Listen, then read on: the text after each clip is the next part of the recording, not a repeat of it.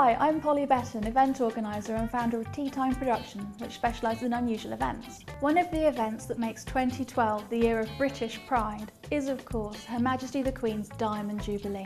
23 million of you plan to celebrate the Jubilee this year, so to celebrate this I've teamed up with SCHWEPPES and Hugo Bonan, the royal wedding photographer, to search up and down the country for the SCHWEPPES social monarchs, the kings and queens of the community who love to entertain and know how to throw a brilliant Jubilee party.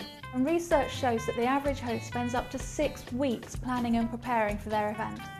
With that in mind, I thought I'd share some of my top hints and tips on how to throw a great Jubilee party. My first and most important tip is to always plan ahead. Get everything ready in advance so that you won't be flustered when your guests arrive. If you know you won't get everything ready, don't worry about asking for help. Secondly, always over-cater. Too much is far better than not enough, and you can always pick at the leftovers when you're cleaning up the next day. What better excuse than a Jubilee party to serve the best of British food and drink? That could be anything from Melton Mowbray pork pies to an amazing cheese board of regional classics. When it comes to drinks, it's got to be a gin and tonic, a Pimm's and lemonade, or an ice-cold bitter lemon. If you'd like to treat your guests to a long drink, then why not serve them my Cheers Ma'am Jubilee cocktail? To get started, you'll need a cocktail shaker with a strainer, a spirit measure, some basil, ice, lime cordial, grapefruit juice, orange juice, gum or sugar syrup, which is in the measure, gin, and SCHWEPPES soda water. Start by adding a good handful of basil to your cocktail shaker with 2 ounces of lime cordial. Crush the leaves and the lime together until you can really smell the basil and the leaves are nicely broken up.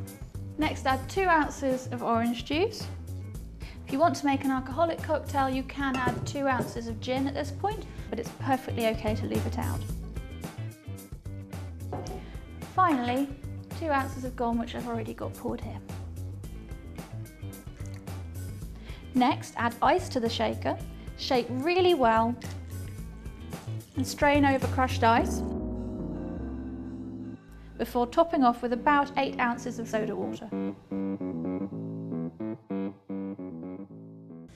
Decorate with a sprig of basil and serve.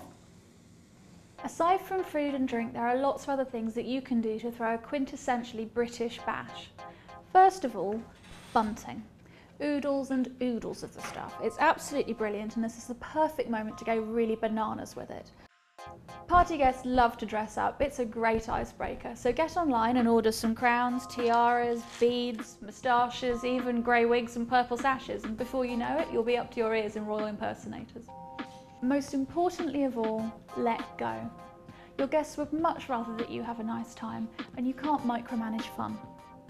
I hope that's offered you lots of useful tips for your Jubilee party. For more of these, visit www.schweppesjubilee.co.uk, where you'll find a wealth of hints and tips, not only from me, but from keen party planners across the UK. You can even add your own. However you celebrate the Diamond Jubilee, remember that you're taking part in a grand British tradition of entertaining. You have a duty to do your utmost and give it some welly. Your country expects it.